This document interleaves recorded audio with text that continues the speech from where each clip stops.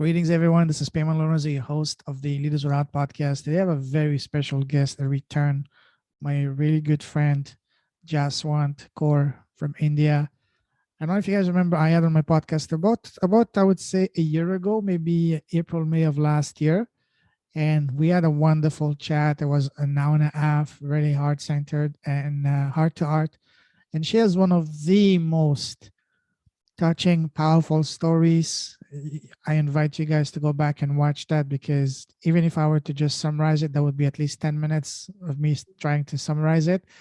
But yeah, so she used to work at Deepalaya, a wonderful organization in India, which was basically helping kids, underprivileged kids, taking them off the street and giving them access to education and just a shot at life. And now she moved on to bigger things. So that's what we're going to be talking about today. That's exciting. So, Jaswant, my good friend, welcome back. Thank you so much, Payman. It is wonderful speaking to you again. And I'm sure, this talk will be, much more enlightening than the one which we did on Deepalaya. Oh, absolutely. Absolutely. So, for, for people who don't know you, tell us a little bit, a summary. Who's Jaswant as a person? We're going to talk about what you do in a moment, but as a person, as a human being, who's Jaswant? So I am, I'm a mother, a wife, and if I talk about my profession, I am a company secretary by profession, writer by heart, and a development sector professional by choice. That's how I define myself. Yes.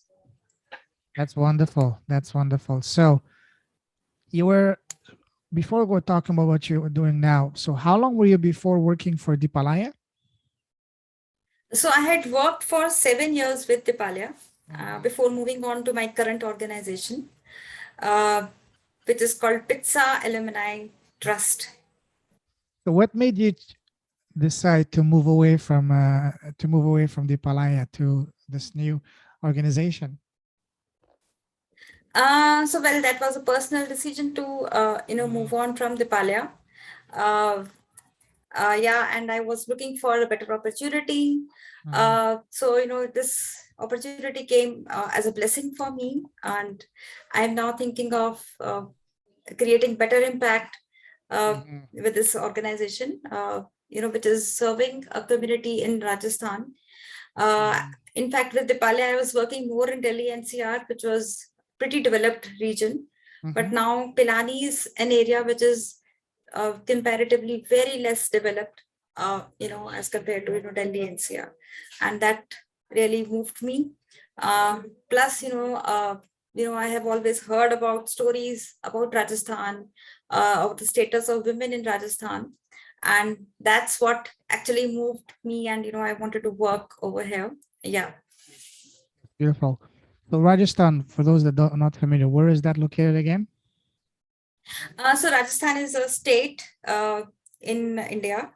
It is close to Haryana and also close to Punjab, and it is also a state where a border is very close to Pakistan also. So there is one area which is very close to Pakistan. People from Rajasthan, they like to work in the armed forces. They like to serve for the country as well.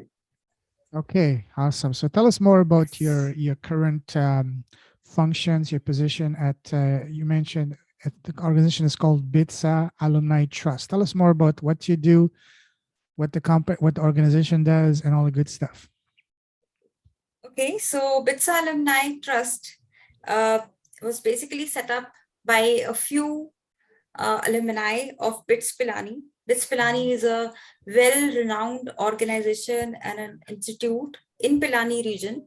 The full form of BITS is basically Birla Institute of Technology and Science. So children from various parts of the country, they aspire to be students of BITS Pilani, and the institute is, is termed equivalent to the bigger ones like the IITs. So that's how, the kind of competition the institute has. So I would say, bright minds of the entire country, come over here in BITS to get education. And this institute was established by alumni of this. Our trust was established by alumni of BITS Pilani, essentially people from the batch of 1975 to 80. So what happened was, like, when they all visited the institute after 25 years of their graduation, they were really moved by the condition of the people living in the villages around the institute, around BITS Pilani. So they all recognize the fact that the institute has actually grown a lot, but the community remains the same. So, and with that thought, they established this organization so that they can serve the community in and around Pilani, in Rajasthan, and bring about a social transformation with an emphasis on lesser privileged members of the society. So that was the objective with which it was formed. And as they all started the organization, the BITS Pilani also came into picture. They also supported the organization. They allotted land, which was essentially, which belonged to BITS staff housing Kalyan Samiti in Rajasthan. So they allotted a land. With that land, the trust, they built a huge building, which is around 17,000 square feet in area. And this building is now called Pilani Resource Atmanirbhar Resource Center. So Pilani Atmanirbhar Resource Center, which is called in short PARC. So, just to elaborate on the meaning of this, the meaning of PARC essentially means that it represents one Pilani, the area where it is established. Atmanirbhar means self-reliance, and a resource center is basically a center where people from around the community can come and can act as a support center for them. Not only this, it is basically a platform where the trust they partners with various NGOs as well. So it's not that the trust alone implements the project. It is basically a platform for various other organizations also to come forward and help in the community development initiatives of the organization. So I'll give you an example. Like we are right now working in 4 different verticals. So one is education, the second one is health, the third one is livelihood, and the fourth one is the community development initiatives. So in all these initiatives, we have partnered with various organizations. For instance, for health activities, we have partnered with HelpAge India. HelpAge is a renowned organization again in India, not only in India but also internationally. It's a well-renowned organization. So for education initiatives, we had partnered with Agastya International. We had partnered with even in Nirman. Nirman is again a student-based organization. Then we had partnered with Pratham. So similarly, for livelihood initiatives also, we have partnered with Pratham. So they are conducting vocational skill training programs so that youth from around the villages, they can be placed, they can get better jobs. So it's a unique platform, I would say. It's very, very different from other NGOs that we find in India. So yes, it's not only opportunity for the community, but also for other organizations to come forward and partner with us. Wonderful. That's wonderful. So, in all of this, what is your position? What do you do? Tell us about what is your role, day-to-day functions, and how. You mentioned that one of the reasons you wanted to leave Deepalaya was you wanted a bigger impact. So, tell us about the bigger impact you're having now to this organization. Okay, so Payman, I'm working as a vice president of the organization, and I want to scale up the activities that BITSAA Alumni Trust has so far conducted. So scale up in the form like reaching out to larger number of children, larger number of women, helping them in getting a better source of income in better way possible, and carry forward the vision of this beautiful organization and expanded activities even to other areas like Goa and Hyderabad, where BITS is actually located. So that's the basic plan of the organization is, right? Yes. Okay. So in what ways do you help the people, or do you focus mostly, you mentioned women and kids, so do you help them more? Who are you targeting? Is it mostly street kids or people from low income, or is it more the general population, helping them have access to bigger opportunities in both education and giving them the proper training to learn new skills and allow them to get better jobs and career prospects? So what exactly are you guys doing to help them, and tell us more about exactly what you're helping? Okay. So our beneficiaries are from low income groups. They Mhm, are people from villages which are located around Pilani. mhm, I mean, it need not necessarily be street children, need not necessarily be people from, mhm, yeah. So essentially, people from very lower, social economic status, mhm, from lower castes and lower people who don't have access to, better services like education. They don't have access to good quality education like private organizations or private institutes. So these are the our target beneficiaries. okay.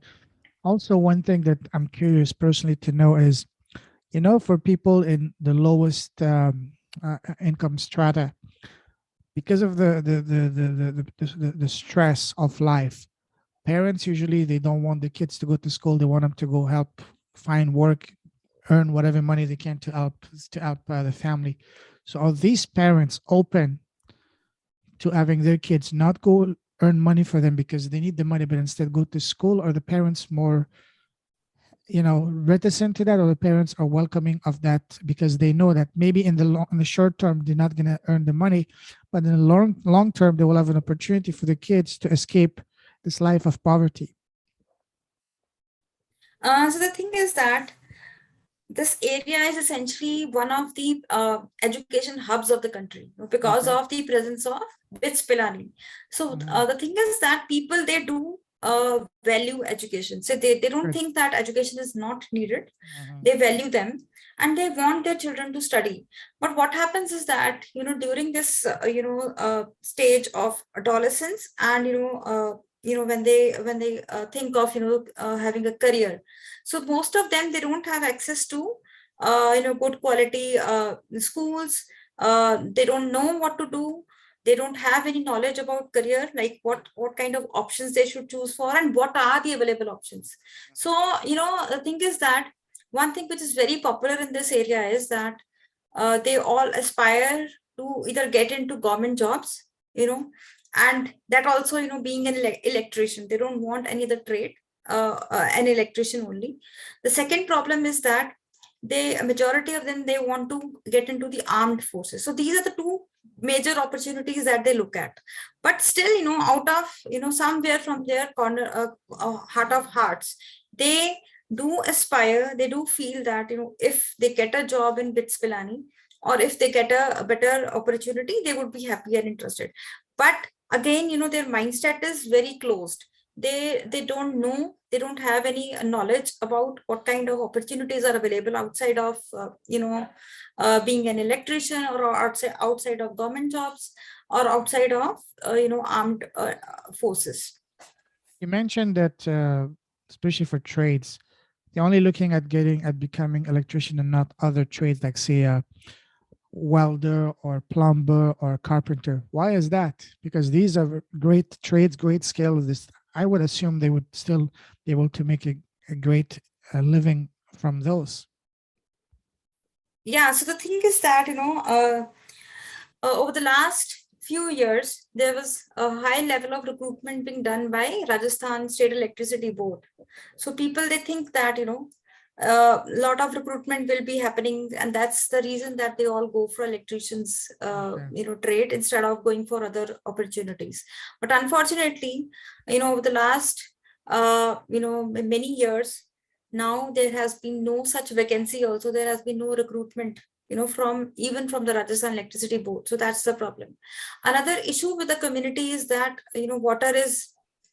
water level is very, very low. The groundwater level is something like 1300 feet down the earth.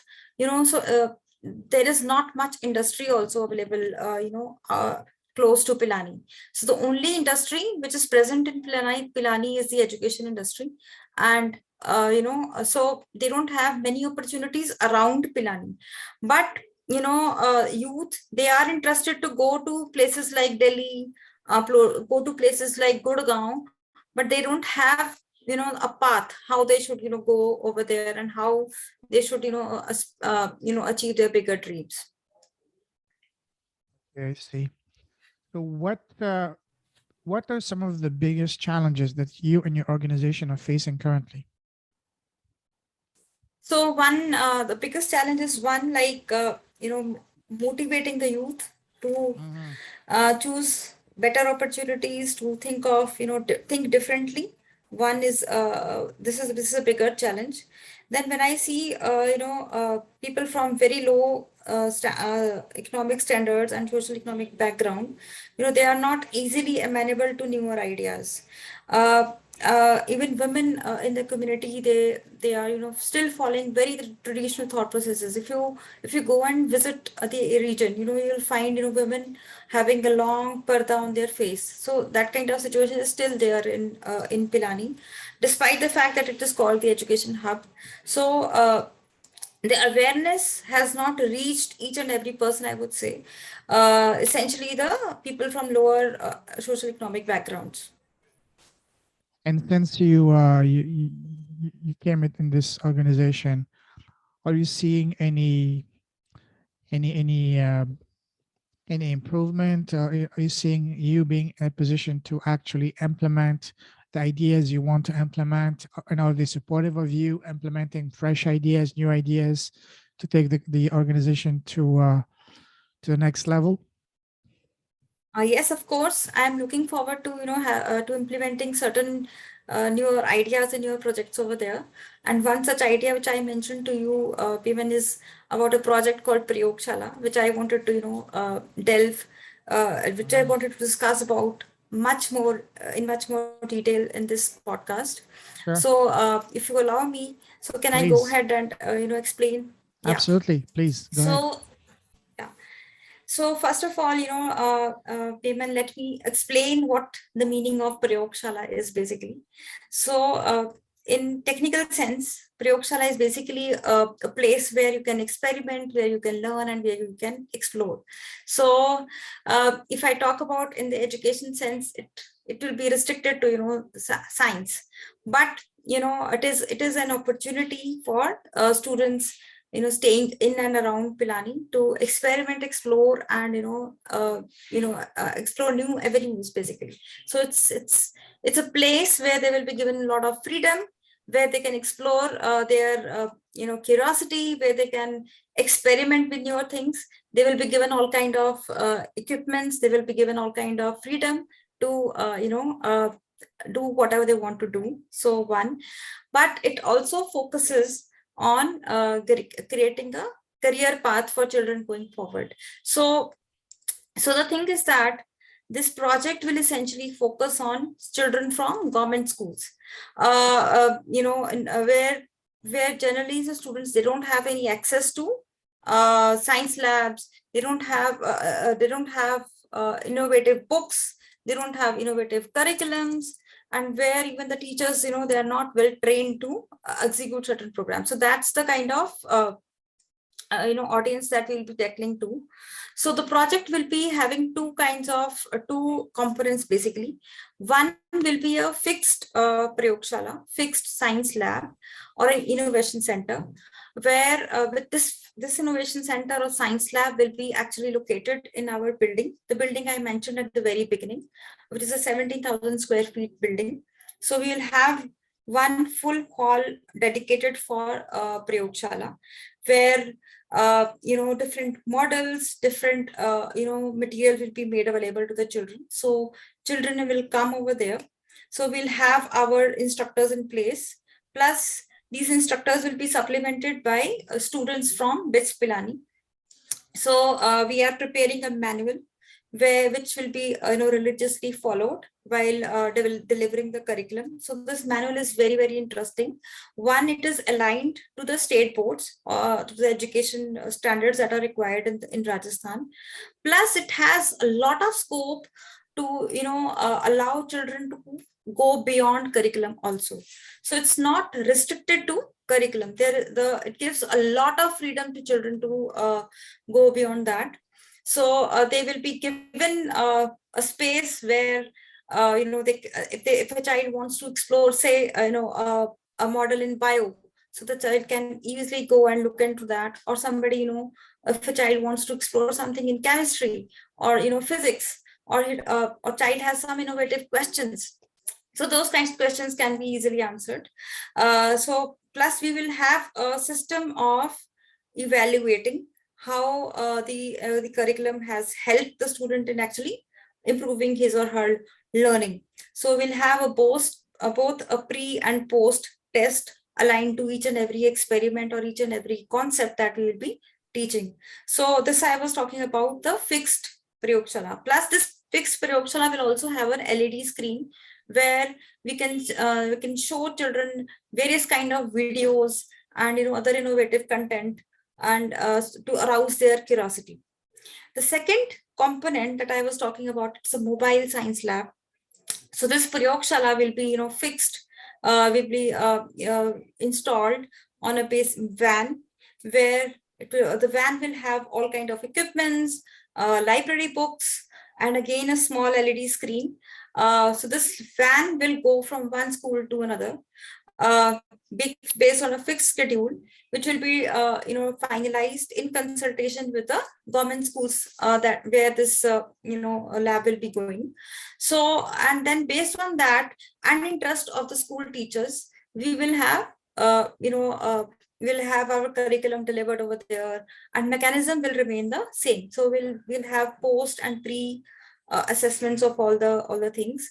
Plus, all these things will be supplemented by career counseling sessions. So as I mentioned in the beginning, students, they don't know, right, what kind of career scope they have, what kind of opportunities are there.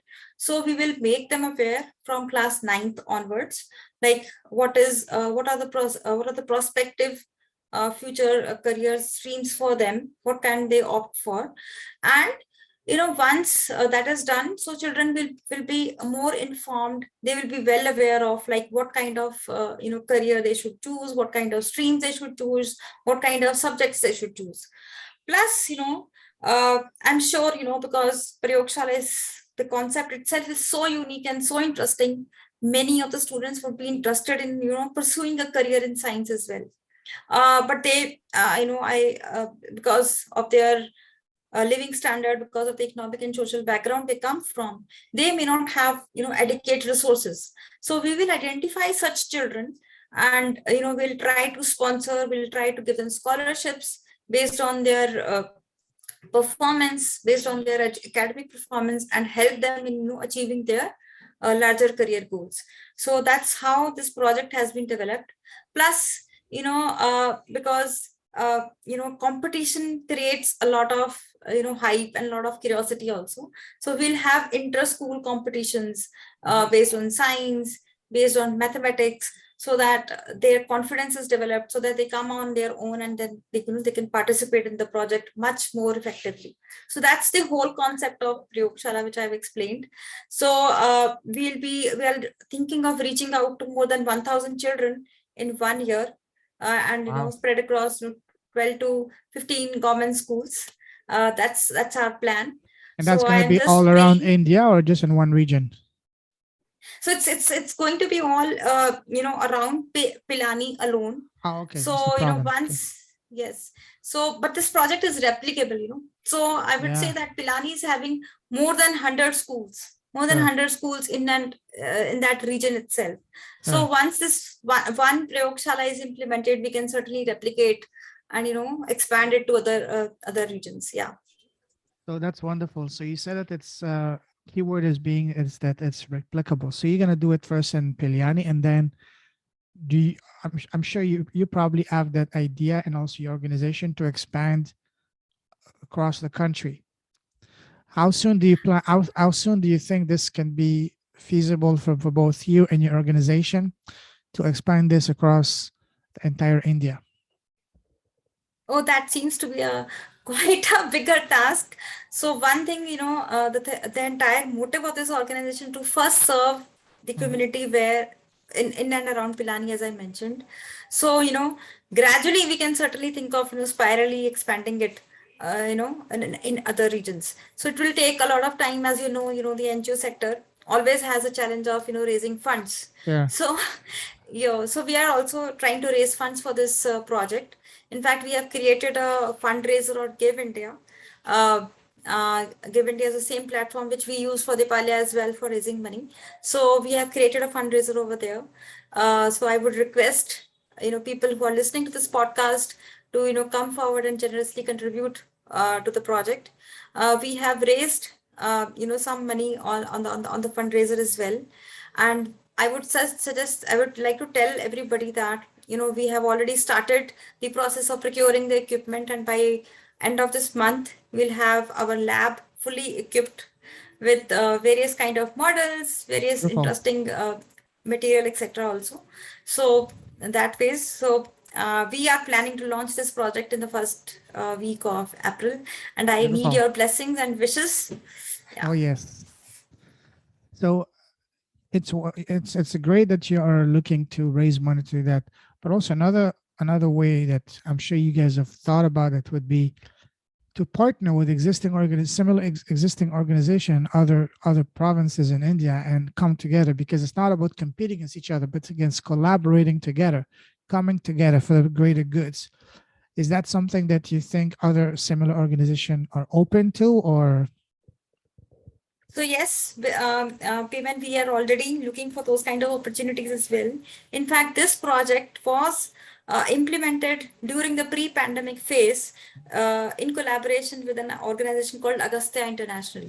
At that time, this project was implemented for 4 years, and we had reached to around 13,000 children in 76 government schools which were located in and around Pilani. So we had a very good reach, and people, because of the pandemic, schools were closed down and shut down, and the project had to be closed. So now people, they want this project to be implemented again. So you can imagine the kind of curiosity that this project would have created. In fact, if I when I look at the older pictures which I have an archive of, I see even, parents, they're sitting in groups, so this van used to stop anywhere in the village, and wherever they found good amount of space. So even parents and people from the community, they all were sitting along with the children to understand, like, uh, for a simple concept like why there is a day and night. What is the Wow. reason that a day and night is there? So this kind of Sure. curiosity was created because of the project, and we want to now relaunch it, revive it again, because the community has come to us, and they have requested us to reinitiate this project. Beautiful. That's awesome. One obvious, at least to me, maybe one obvious collaboration for you. There's two that I can think of. One would be because of your connection, your ties, maybe approaching Deepalaya. If Deepalaya would be open to collaborate with you guys, because they already have the network in a lot of places in India. You have the relationship because you worked there. You did fantastic there.